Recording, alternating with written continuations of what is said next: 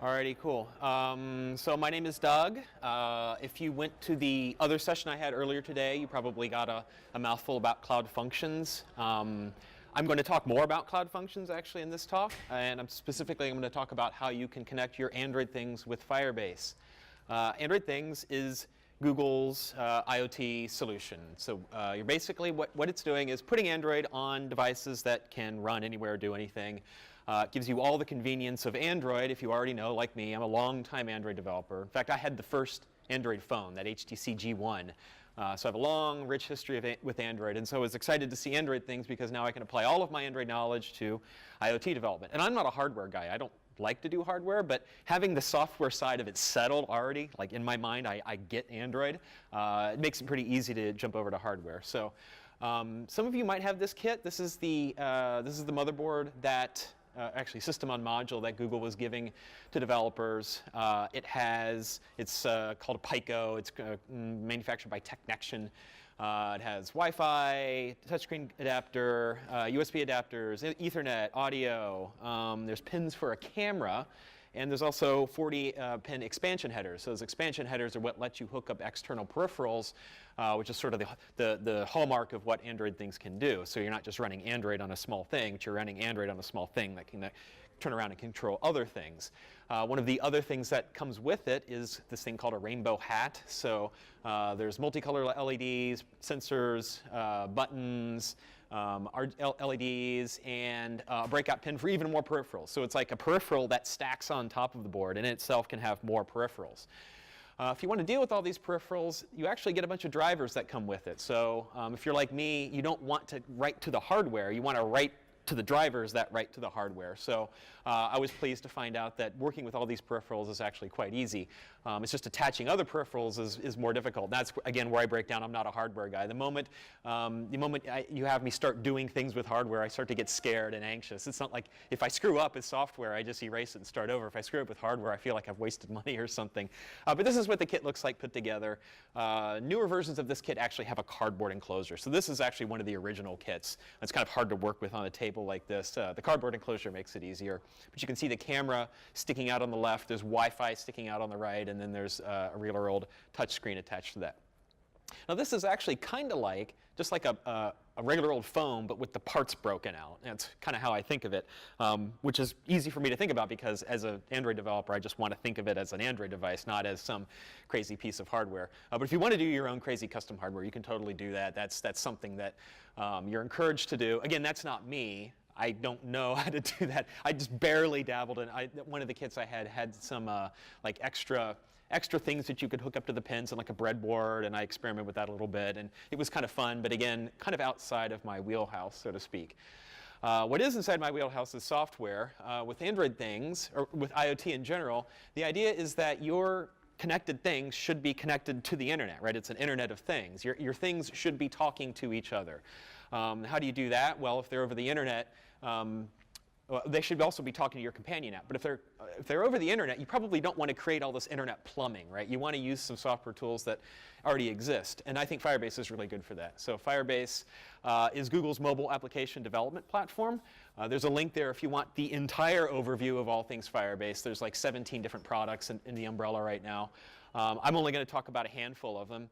This is all of them. Actually, this is one less than all of them. This diagram is a little bit old, but I have the diagram here because I'm illustrating which things are supported for Android things. So real-time database, Firestore, authentication, basically everything you use to build your app minus test lab hosting. I'd list Cloud Functions in there. You can use it, but Cloud Functions is entirely on the back end. You don't do anything with functions in your app itself. Now, the Cloud Functions is special. It's the only one of these components where you're writing code on the back end. Everything else is like SDKs that you integrate into your app. This is special because there's no SDK. Well, there's an SDK for calling functions, but it's just a wrapper around HTTP transactions. So what you do is you write your JavaScript, or in my case, TypeScript. I like TypeScript. You write that, you deploy it. It runs in a Node.js environment. And if you're using HTTP, you have an Express.js stack on top of that. In my project overall, I used Firebase authentication to get users logged in. I used Firestore as a NoSQL cloud-hosted database. Cloud storage for Firebase is file storage. So when I take pictures, I upload them to cloud storage rather than database. Database is not really good at storing binary data, but cloud storage is excellent for storing large amounts of binary data. FCM, Firebase Cloud Messaging, for pinging information between the apps. Cloud Functions is the backend, and Crashlytics for detecting crashes. Crashlytics does run on Android Things devices. Okay, the thing that I built is a doorbell. Now, when you think about it, it's kind of pedestrian, right? Every house in the United States has one of these. Why do we need another doorbell? And I kind of joked the first time I gave this presentation a long while back. I made the joke that I was going to disrupt the doorbell industry. Little did I know that there is actually a doorbell industry now. There are a number of manufacturers. Nest has a video doorbell now. There's a company called Ring that has a video doorbell that I think is sold through Amazon. There's a bunch of these now. So I ended up making sort of a homebrew version of these video doorbells that exist on the market. To me, it's maybe more fun to experiment with the idea of playing one than to actually build one or actually install one myself. So the way it works is you ring the doorbell. This is actually the Android thing. That's what you see right there is a doorbell, but the Android thing acts as the doorbell. It's positioned in the front of your home. The guest will ring the doorbell. Then what happens is it will use the mounted camera to take a picture of you. And you can see a preview of yourself on the screen. So it'll take a picture and upload it to cloud storage. Then the host app is notified saying, hey, someone's at the door. Do you want to let them in? And they make a decision right there, yes or no, let them in or not. And then if they choose to let them in, then the door is unlocked. Preferably not with a rusty padlock. something obviously a little more high-tech than that. So this is basically how it works. The overall system diagram looks like this. There's a lot going on in here. There's a lot of different products all talking to each other. Very, very, very chatty system. I will break this down step by step just so you can see how to plumb the data from the Android thing, the doorbell itself, over to the host app and back. So obviously the first thing is to capture a picture. It turns out with Android things, you can use the Android Camera 2 API. This is the API that all camera apps will use. Not the original Camera 1 API. There's a Camera 2 API. And there's official samples from that. At the time I did this project, there was no documentation for this. So I had to figure it out entirely through looking at the samples. There's some issues I discovered with this sample, though. The camera preview renders to a texture view. So in Android, a texture view is just taking over an entire chunk of the screen and blasting pixels into it. Texture view is slow on Android things because there's no GPU on the device. So your Android thing could have a GPU on it, in which case texture view would be a lot easier to manage. But in my case, the board I had just didn't have a GPU. So what I did is I ported it to Surface View instead. So Surface View is more like writing pixels rather than writing lots of tiny triangles. So I did that. That worked out OK. I also had to remove the code that depended on autofocus. So the samples they gave assumed that the device supported autofocus. It didn't check. It just assumed. And because the Android thing, I don't know if it's the camera itself or the Android thing stack. Somewhere along the line, autofocus is not supported, which is kind of a problem because that kind of gummed up the state machine implemented by the sample code. So I had to remove all that code and just assume that there's no autofocus. If you want to write portable code, you should obviously check for that for yourself. My code doesn't make any assumptions about that. Or it makes assumptions about that. It shouldn't. So after you've captured the picture, the first thing it's going to do is use the Firebase Cloud Storage SDK to upload that image to cloud storage. So that's pretty straightforward. The first thing I do is actually use a simple date format to create a unique ID for this. So the unique ID is just the date down to seconds. Then I use that to build a path into storage. So in the pictures area, cloud storage doesn't really have folders. It has simulations of folders. So I just prefix that unique ID with pictures. Then I use the Firebase Storage SDK to simply upload it. And there's not much to it. You just create a reference and then put file from the file that you captured from the camera. And that's pretty straightforward. It's asynchronous. You can get a callback to know the result of that upload. Then once it's uploaded, you can see what that looks like in the Firebase console. So in the Firebase console, I'm looking at that picture pseudo folder. You can see all these different rings that are sitting in place. The picture on the right is actually just the picture of my ceiling in my basement office. I could have been more creative about that, but you can examine the files and see what's going on in there. So after you've uploaded the picture to cloud storage, what next? How do you get on from there? How do you move on to the host app? Well, that's where Cloud Functions comes in handy. With Cloud Functions, you can write a storage trigger that fires every time something is uploaded to the default storage bucket in your project. And with Cloud Functions, then you have this bit of JavaScript code, or again, in my case, TypeScript that's been transpiled to JavaScript to write some metadata into Cloud Firestore. So that's pretty straightforward. Now we've jumped out of Kotlin world and Android world and into Cloud Functions and TypeScript world. So what I can do here is use the functions SDK to declare I want to build a storage trigger. And when any object in there is finalized, meaning a file is uploaded, call my onRing function. And my onRing function will be delivered an object that describes the file that was just uploaded. I can pull the path name out of it, so that ends up being pictures / whatever my unique ID is for the ring. I can pull the base name out of it, which is the unique ID, and then build a ring object. And again, this is TypeScript, so now I can say I can make a typed object called of type ring. In JavaScript, you can't normally do that. I mean, the JavaScript for this is basically identical to the TypeScript, but you just can't see the ring definition here. And then with this ring object, I can use the Firestore SDK, reach into a collection called rings, identify a document with that unique ID, that number, and then set into it. And then that's it. I've written a document in Firestore. Now, the way Firestore obliges you to organize your data is using collections and documents within those collections. So going from left to right, the left column shows that there is one collection in Firestore called rings. And by the way, Firestore is a cloud-hosted NoSQL real-time database. That's all the buzzwords you need to know about that. So it's a collection called rings. In the middle column, you can see all the documents, the IDs enumerated. And then with each one of those documents, you'll see the fields that were written in by Cloud Function. So there's a date, that ID, and the path from cloud storage. So anyone who reads this can now know what time the ring happened and where in cloud storage the image lives. So after I've written to Cloud Firestore, the next part of my Cloud Function will send a message using Firebase Cloud Messaging to the device. So the way I can do that, and again, this is TypeScript, I can build a payload, and that payload has a notification section to it. That notification will appear on the device when it receives the message. Now, the important thing to note here is there's a click action property on this notification payload. That's what happens when the user or the host app, when that notification is clicked, it'll look in the Android app for an action that matches that. So that's an Android action. So all I need is an activity that has that action declared saying, when I receive this action, launch myself. And then the ID from the ring is stuck in the data payload. And then, this is being fired from the server side. yes, this is part 2 of that Cloud Function. So the Cloud Function is doing 2 things: write to Firestore and then ping the app using Cloud Messaging. So I'll ping the app, and I'm using topic messaging here. Cloud Messaging has 2 different types of messaging. There's direct-to-device messaging, meaning you know its token, you know that device, you want to send it. Or you can use topic messaging, meaning anyone who's subscribed to this topic will hear what's going on. Here I'm using topic messaging. There's a topic called rings, and I'm sending the payload to that. So any app that's in this project that's listening to this topic will get a notification of this ring.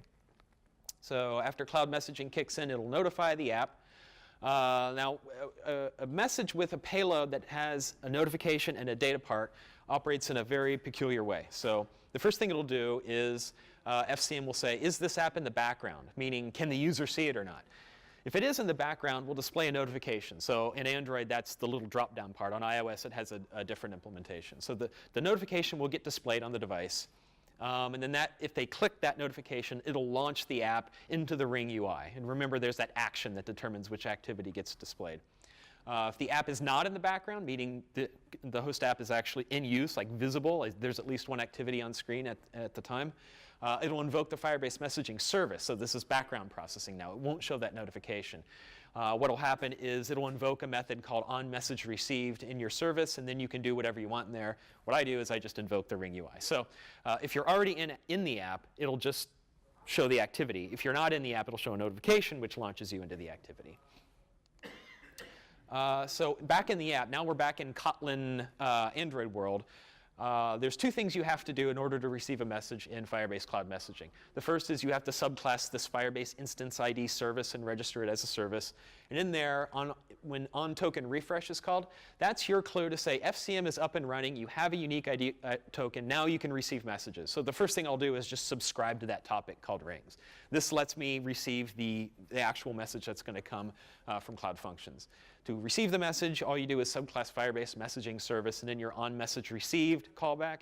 You'll get a remote message object, and that basically describes the payload. So I'm going to reach into the payload, get that ring ID out of there, and then build an intent to the activity I want to launch, put the ring ID in there as an extra, and start the activity. Pretty straightforward. To display the Ring UI, this is the activity that gets launched. So this is my answer ring activity. The first thing I'll do is reach into those extras, look for the ring ID. And a lot of this is just boilerplate error handling. And I'm going to read this document. So I have that ID. I don't have all of the information. Remember, FCM payloads can be very small, so I'm putting the minimal amount of information in there, just that ring ID. Then what I'm going to do is turn around and read that document out of Firestore using that ID. So I'll reach into that rings collection, reach into the ring ID document, then read the fields out of that. And then what happens is when I render this UI, it's very simple, just shows the picture that was taken, and you get a choice of yes or no, let them in. I wouldn't let this guy in. It looks kind of seedy. So that's the notification. That's what happens. So now we've made it from the device into the app. We need to turn around and take that yes or no and turn that disposition back into something that goes back to the device. So what we're going to do is read that ring document out of Firestore, and then we're going to download the picture out of cloud storage.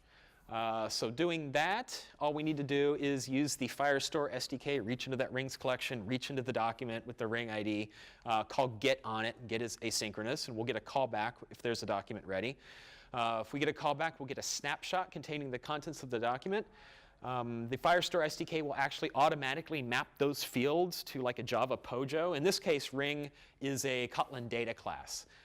So what it'll do is it'll reach into that using reflection, populate all the fields based on the contents of the document. Now I have the information from the ring. And I'm going to take that image path. Remember, the path to cloud storage is in that document. I'm going to build a a storage reference to that image, and I'm going to use glide to load that. So who here knows glide? A couple of people? OK, so if you do Android development, you know that this is the super easy way to load images into your app. You don't have to do any work. You just make this one line, hand it an image view, hand it the reference to the thing you want to load, and it just happens. Now, if you do know glide, you might be looking at this very critically and saying, well, what's ref? I thought glide was supposed to take a URL. We don't have a URL here. We have a reference to a file in storage. Well, how does it know how to reach into cloud storage, download that, and then put it in the image view?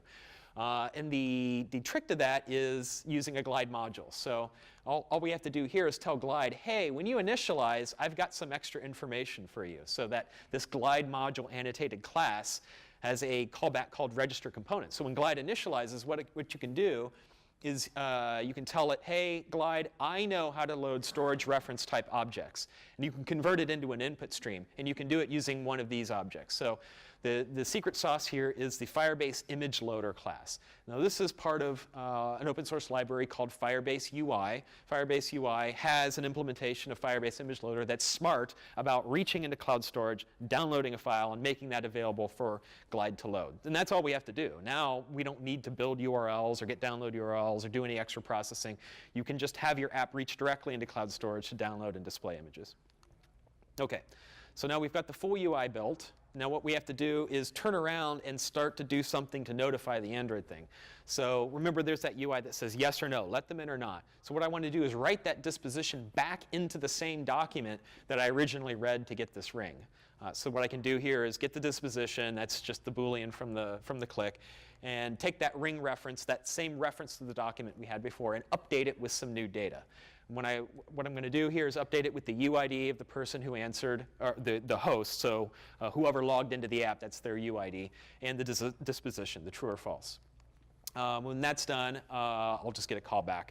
I'm not interested in the callback right now, but what I'm more interested in is looking at that new document. So this is the same document from before, except there's a new object in there called answer, and that object has the UID, and in this case, the disposition is false.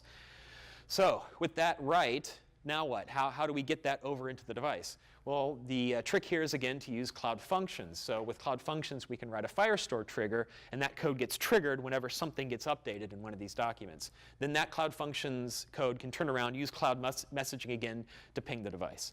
So now we're back in back-end world with TypeScript and Cloud Functions. We're not on the Android side anymore. So on the back end, I can say, hey, I want to use the Functions SDK to build a Firestore trigger that triggers when a document that matches this pattern has been written to.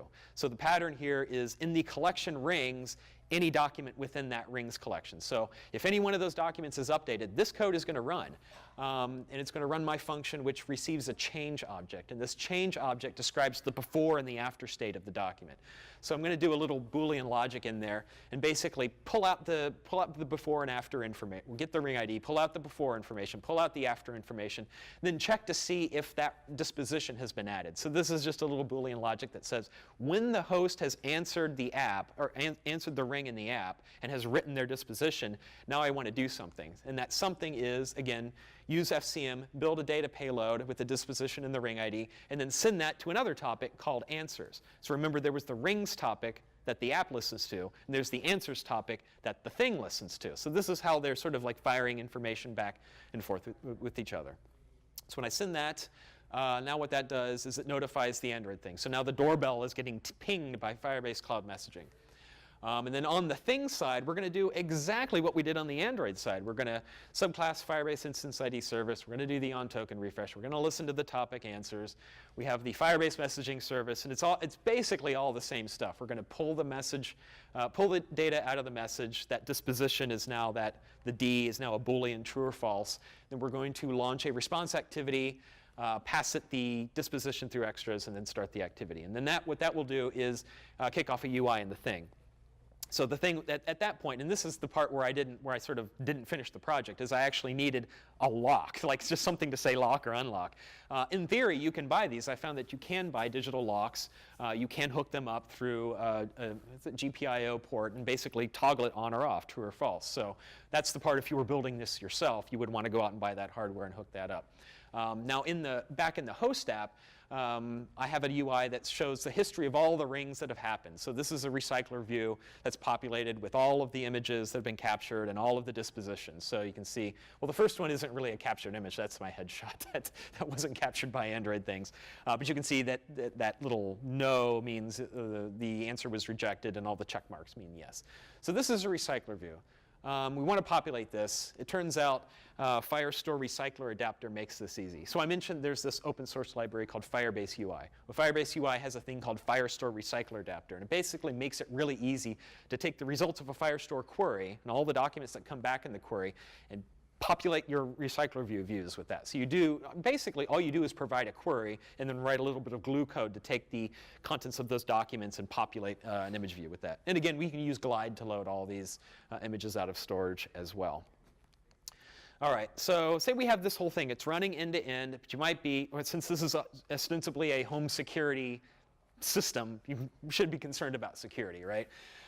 So there's a few points where data is being read and written. So you see the thing is writing to cloud storage, so that's something that needs to be secured.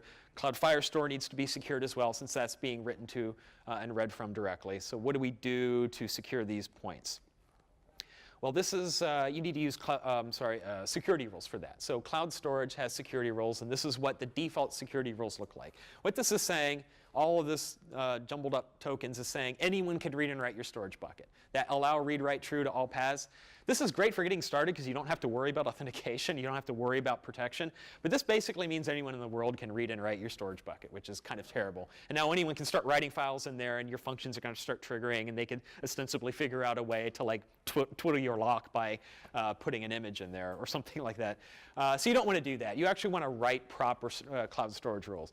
At a very minimum, all reads and writes should be authenticated, meaning you should be using Firebase authentication to verify the identity of the person or entity reading and writing your storage.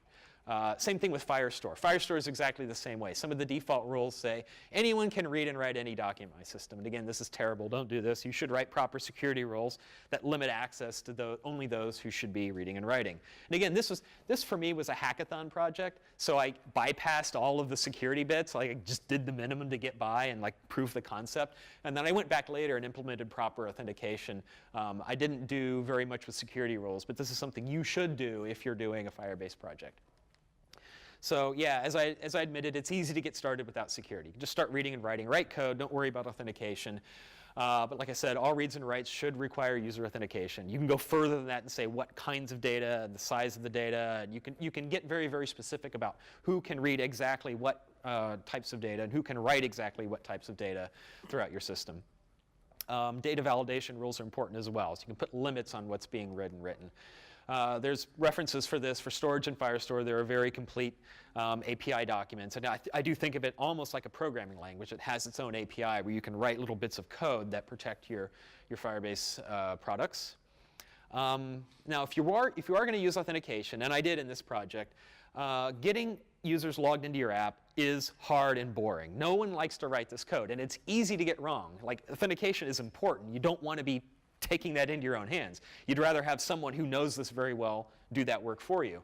And it turns out, again, Firebase UI, that open source library that I mentioned before, has authentication flows already built into it. It has UI components for both Android and iOS and web that manage the login and manage things like if you're using Google, or if you're using email password, or if you're using Facebook, or any one of the authentication providers supported by Firebase authentication. All you need to do is pull this library into your app and call one line of code. Really, all you have to do is say start, well, and this is for Android, it's different for other platforms. All you say is start activity for result, and then do this, basically this magical incantation to say, hey, Firebase UI, go do your thing, get the user signed in.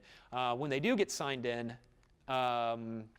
they'll choose, and then your activity will get invoked with the result of that. So when the authentication is done, you can say, hey, did they actually sign in correctly? And if they did sign in, what's their user? Like, what do they look like? This is how you do it. It's not that many lines of code to get started. So it's kind of a good idea if you're doing a project to integrate authentication first. That's like my new scheme for hackathon projects, is get authentication in first. Don't worry about it later. It's pretty easy to do. Now, authentication for phone apps is really easy. I showed you the bits of code to get that started. But how does an Android thing get logged in? Remember, this is not meant to be used by the homeowner. This is meant to be used by guests. And you don't expect a guest to log in with their Google account every time they want to ring your doorbell.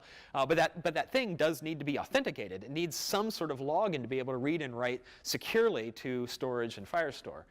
And it also turns out that the various UI providers aren't supported for Android things, so you can't do a Google login, or you can't do a UI-based Google login on an Android thing. It's just not supported by Play Services, which is running on an Android things device. Your Android thing may not even have a screen. Like if you just had a basic doorbell and a camera and no screen on that just to keep costs low, how do you even see how to interact with some sort of authentication flow? You can't do it, but you need authentication in place. So this is kind of an interesting problem. You could use anonymous logins. So Firebase authentication supports this idea of anonymous login, meaning you can write some code to just say, create me an anonymous user account. That's authenticated. Now it has a UID. We don't know who they are, but maybe we don't care. But it's not a great solution. It's not meant for this use case. Anonymous login is meant for the case where you want someone to start using your app right away without the friction of a login flow, then upgrade them to a full account later. That's not what's going on here. So I don't think anonymous login works for Android things. The best thing you can do is get actual user credentials, some user credentials, maybe your own as the homeowner. But we need to get those onto the device so it can be used to get authenticated. So the idea is you have your phone, you have your Android things, and you have Firebase over here. Now, you can't, if the Android thing is not authenticated yet, how can it read and write protected data? So we have a chicken and egg problem. The thing isn't authenticated, but it needs to read and write using authentication to communicate with the host app. So we need to bypass Firebase. Firebase actually isn't helpful for us right now unless we bypass security, which is exactly the thing you're not supposed to do. So what I did is I used Google's Nearby API. With the Nearby API, you can basically do device-to-device messaging. You bypass Firebase altogether and use different APIs for that. So there's two different kinds of Nearby APIs that you can use. One is Nearby Messages. With Nearby Messages, you're basically doing a peer-to-peer pub-sub messaging model. Peer-to-peer meaning the devices are talking directly with each other. They're pairing with some combination of wireless technologies. So if you have two devices near each other, they can discover each other using Wi-Fi or Bluetooth or Bluetooth Low Energy or radio, if you fall back to that. And you have a data payload exchange through a Google Cloud project.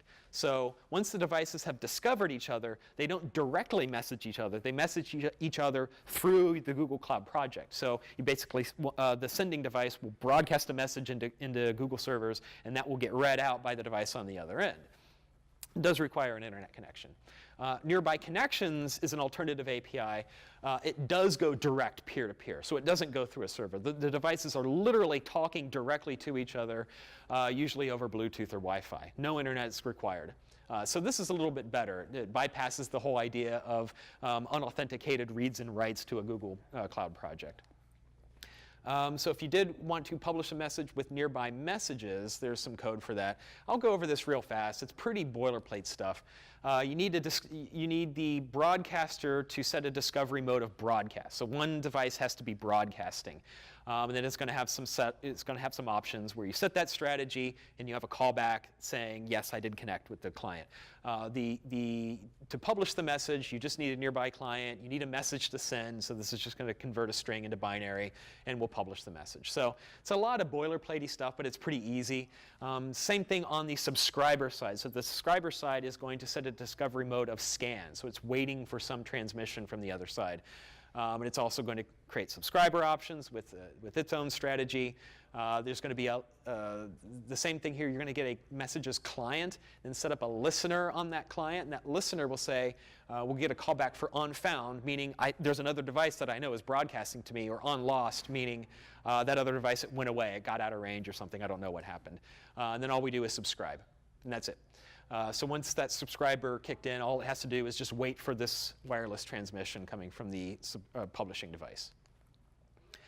Now, once we have this token, so that the token I showed was just a string that said like hello world. You actually want to send like an authentication token over the wire like that, or over the virtual wire, if you will. And what we need to do is sign in with that. Well, if that was a Google credential, what we can do is use the Google Auth APIs directly. We're not going through Firebase anymore. We're calling directly into Google Auth APIs, and we're going to get a credential using that token that was just transmitted from the host app. And all we have to do is say, hey, Firebase, now sign in with this very specific Google credential. So now what we've told Firebase is we're using Google login. We have a token that already identifies who they are. We don't need to prompt them for who they are. We already know who they are. And then when that's done, now we know we have the user credentials for that. Now that we have user credentials, we can read and write Firestore. We can read and write cloud storage with this authenticated connection without having to require the user to sign in. So pretty good way, I think, of managing authentication in the context of Android things. Okay, I didn't show the code for nearby connections because it's reams and reams of code. I'm not even gonna go over this. You're basically, remember, nearby messages is connecting through a server. Nearby connections is going direct. With nearby connections, you write a ton of code and it's all totally boilerplatey, but it's actually fun and it works out pretty well. Anyway, no matter how you get that token, no matter what strategy you choose, this completes the loop. So sharing that auth token from the app to the device completes the loop on how to read and write from Android things to a device. And really, you could substitute this Android thing with an actual Android device. I mean, this is a legitimate way of doing device-to-device communications. In this case, it just happens to be Android things. And in this case, it also happens to be something maybe without a screen or without a good authentication technique. But it works well. So what can be improved with this project? This project needs code cleanup. It was a hackathon thing, and I did some amount to clean it up. It needs a better UI, really, really basic stuff here. It needs productization. Right now, this is only good for hobbyists. If you're a hobbyist and you want to put together your own doorbell, this is fine. If you wanted to sell this product, you would need to go through a lot of trouble to make this legitimate. And the big problem here is because as a developer, it's pretty easy for you to go to the Firebase console, create a project, and configure it. As a developer, you know how to do that. If you required an end user to do that, they would drop the product on the floor and say, I don't want to go to the Firebase console. This doesn't mean anything to me. And there's no way to programmatically create a project for them. So what do you do in that case? Well, you'd need to basically put all your customers in a single project and then set up very complex security rules to make sure that each other's rings aren't, going to each other's apps and things like that. So I would recommend this as a hobbyist project, but not as a product, not as a full project thing. Yeah, I just said all those things. Great. What else does this project need? Better security. Like I mentioned, I did sort of the bare minimum to get by. We need a way when sending that authentication token from the device into the thing to confirm that it's OK to do so. So what we need is kind of like a pairing mechanism. So if you pair Bluetooth devices, both sides will show a pin and say, well, you want to pair up with this other device identified by the pin. And you say yes. And until you say yes, there's no pairing. So you need to implement something like this to be really secure, to make sure that someone doesn't sneak in with another device and pair with you during that sort of moment of pairing. So if you're really, really concerned about security, don't blindly pair without making sure both devices are fully authorized to prepare or to pair. We need tighter security rules. What's there now is just bare minimum to get by. What features could be added to this project? This is kind of fun. So if I wanted to take this to the next level as a hobbyist, you could have facial sentiment detection via Cloud Functions. So if you remember in the architecture, the device is taking a picture and uploading it to cloud storage, and then there's a storage trigger happening. And that storage trigger has access to the image. So what I could do is send that off to the facial sentiment APIs that Google provides and try to figure out, is this an angry person or is this a happy person, or what's going on the other side? Is it multiple people? How many faces are in this thing? So you could create some kind of more rich metadata to populate the ring rather than just the fact that it did ring. You could do a voice intercom over this. So in the same way that images are shuttling back and forth between the thing and the device, you could do audio as well. You could do like push to talk. And it turns out on Android things, you can use audio track and audio record just like you can on Android. So the code to do the walkie-talkie aspect would be exactly the same between the Android thing and your Android app. This is very doable. And even with the development board, there's a microphone port, and you can record off of it, and it works just fine. You could also add speech to text with Google Cloud Speech API. So if you'd captured some audio on the device, maybe they ring the doorbell and they pushed and said, hello, let me in, I'm not the bad guy. You could actually send that off to a speech API to get a transcript of that so that when it goes to the host app, if they're not in a good place to play the audio, they could maybe just read the text instead. So there's all kinds of nifty things you can do here powered by Cloud Functions and Google Cloud APIs. You could also create digital keys. So, and I think this is something that that Ring does. The idea is that you can have either an app that whoever is approaching the house has been authorized to wirelessly communicate with the Android thing, or maybe it just shows a QR code. Maybe there's a one-time QR code that someone could show to the camera, and you could scan using Google APIs and decide instantly whether or not they should be able to come in or not. So you don't need the host app to actually respond. This is just like a key, like a digital key. So that's all I have. That's what I built. The code is here if you want to check it out. Everything I described to you is implemented in this repo. Hope you enjoy it. Thank you.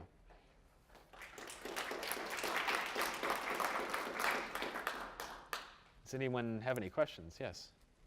On the security side, after you paired, gotten the token off the thing, is it impersonating you at that point?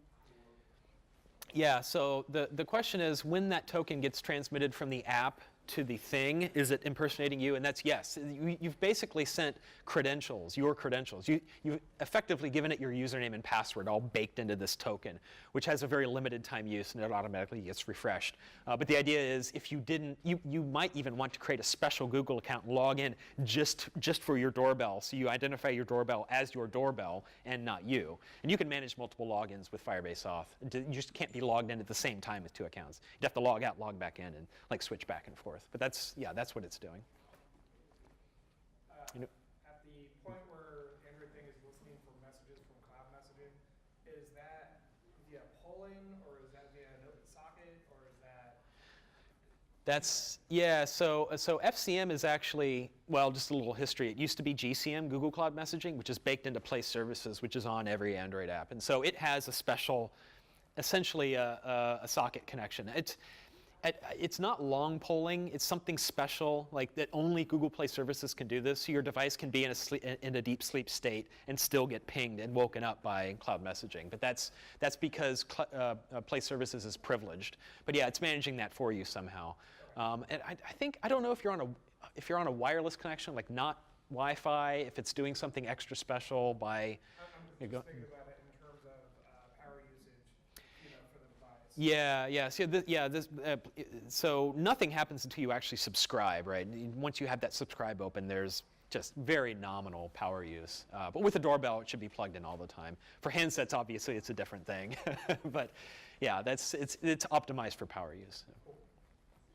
Yep. Yeah, I have two questions. So the first question, you said with the nearby pairing, the token is short-lived. Mm-hmm. Does that mean you have to bring it in range and do this? No. So yeah, there was a little bit after that. So an auth token lasts for 1 hour, and this is sort of like the standard among Google products. Is once you generate a token, for security reasons, it only works for 1 hour. But if you have that token and you keep refreshing it, you can keep using it over and over again.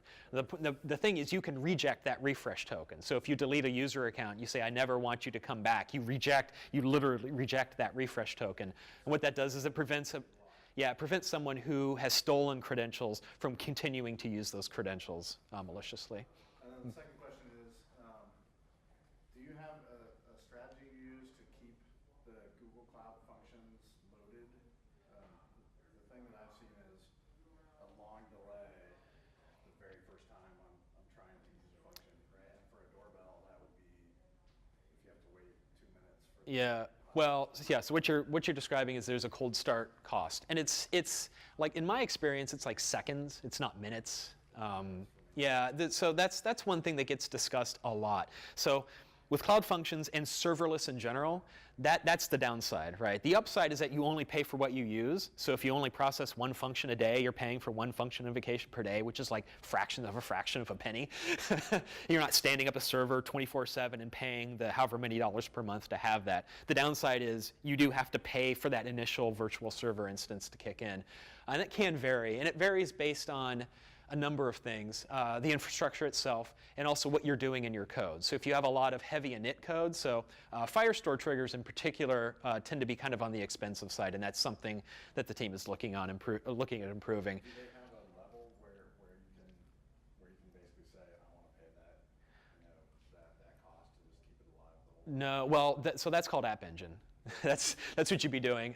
This gets discussed a lot. So App Engine, you do stand up a server instance. It's 24/7. You're paying a monthly fee for whatever it does. In that case, from Firestore to App Engine, or is it? yeah, you would have to create an HTTP endpoint for that. App Engine doesn't. Well, no, you could. In App Engine, you could deploy some code that sets up a Firestore listener that's like sitting there waiting for updates to Firestore. Although that's a little more tricky because if the instance goes away and comes back, you'd have to figure out how to restart the query without querying for the entire set of documents again. Yeah, there's another thing called it's Knative, and it's a way to run your code in a variety of different containers. So the idea is you could deploy it to Cloud Functions or like Kubernetes or something. So there might be, and I personally haven't done this and I don't know about it, but there might be a way to deploy your serverless code to a container that's more suitable for your requirements. And that's such a new thing, and I don't know that team very well. All my needs are personally met by basic Cloud Functions, but it's a good question. Anyone else? So you were communicating with a Android device. Would it be significantly more complicated if you were communicating with, let's say, a laptop? With a laptop. Well, Firebase is meant for mobile application development. So if you're on a laptop, that's considered a server environment. You'd be using the server SDKs for that. And so at that point, there's no cloud messaging. Like you can't receive a cloud message. You can't. You can listen to Firestore. You can't listen to cloud storage. So once you're on a device that's not considered a mobile app or a mobile device with Firebase SDKs meant for mobile, you lose a lot of functionality. Basically, with that, what you can do is use the admin SDK to just read and write your data directly. Is there a hand back there? One question, Doug. I'm curious, based on your experience with Android things, and maybe you're not sure, is anybody using Android things for real production cases? It seems like there's a lot of like hobby hacking Raspberry Pi stuff, but Yeah. I haven't seen any like big company put it out there. Yeah, I don't know. I don't work very closely with the Android Things team. So if you know Dave Smith, he's sort of my counterpart for Android Things. So I work with Firebase and he works with Android Things. And so I talk with him from time to time to make sure I'm not misrepresenting Android Things because I'm certainly not the expert. He would know more than anyone else who's actually using it, what they're actually using it for. But a tremendous number of these like Pico kits have been distributed for, just to get people acclimated. Now, and I'm not totally certain on this, but I think the general advice was if you want to productionize some piece of hardware, generally you have to design that yourself and you send it off to a hardware manufacturer. They build it, and then the idea is if the system on module chip is Android Things compatible, then you install Android Things on it and you can distribute your stuff that way. But I personally don't know anyone who's done that. I know that that's sort of generally the use case. But he might know more. And I think there's a G+ community out there. There's either Google IoT community. You might be able to query around there and see who's using it. But yeah, this was a hackathon project for me. So, and you're right, there's a lot of hacking out there, but I don't know who's using it production yet. Mm-hmm. I use this Firebase for one mobile app for uploading one image and downloading from the mobile. Using Cordova, I use that one, but it was taking a long time to upload and for downloading. Is this like for the free version, or like if I go for subscribe some and I pay for that, that time my speed will increase? I'm not sure. Well, yeah, diagnosing performance problems is tricky. I mean, it could be any number of things. I mean, you said you use Cordova. I've never used Cordova. I only ever do Android development. So I know how the SDKs work on Android as a pure Android SDK. I don't know what Cordova does on top of that. I don't know. There's a lot of reasons why something would take a long time to upload. You know, I don't know how big is the file. What's your network connection like? I mean, honestly, I'd have to like ask you in detail what your specifics were for your upload that was taking too long. I just took the photo from the mobile, like I pictures, and I just trying to upload that one and download. Mm-hmm. Part of the POC I was trying to do, but it was taking long. Yeah, well, the big thing is the size of your payload. If you're uploading a high-quality photo and it's not compressed very well, I mean, a high-quality photo in JPEG without losing too much quality is like 10 megabytes. That's not a fast upload, right? On this tiny little camera that comes with the device, it's like 768 by 1224, you know, it's like deeply compressed. So the files reach something like 23K, which is a fairly instantaneous upload on any connection. So I didn't experience that. But I don't think in general people say that the Firebase storage uploads are slow, though they might be doing something that, like something about the upload is getting in the way. But we can talk about that more after this if you want. Yep.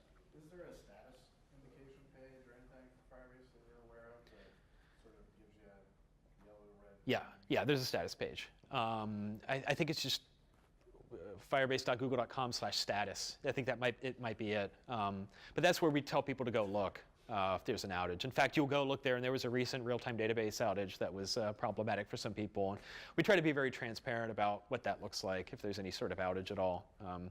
Yeah, so. That's great. I use it at work, and not the page, but the Firebase. Mm-hmm. And I'm constantly getting messages from my coworkers that there's a bug in my software, and it turns out that data just isn't coming down from Firebase for whatever reason. Well, each different. The status page has status for each one of the products that we can monitor. So each one is separate. So it's not like one big Firebase status. It's like, so recently it was real-time database that had some outage. A couple months ago we had a major, I won't say major, but we had a significant hosting outage. We'd never had a hosting outage, and that was like one weird one to try to diagnose. But yeah, if there's a problem, there's like a status page. The thing about the follow-on question that we often get after that is like, are there SLOs or SLAs behind Firebase stuff? And most of the Firebase products actually don't, but it's something like 99.95% uptime or something for real-time database. Now, if it's a cloud product like Cloud Firestore or Cloud Storage, cloud tends to give stronger is it SLO or SLA? SLO for that. Now, I don't know what that means practically for you or your organization, but cloud tends, because it's more enterprisey, it tends to give stronger guarantees, whereas Firebase, because it's mobile apps, a lot of things can go wrong. It's hard to diagnose what's going on, or like how often do you really need your dynamic link to actually follow through, or is it just clicking it again is enough to get it to go through? But yeah, that's something that gets asked a lot. Anyone else? All right, cool. Well, thank you all for showing up, and I guess we have, there's a ton of shirts over here, so please take one, if you haven't taken one already. So, yes, thank you.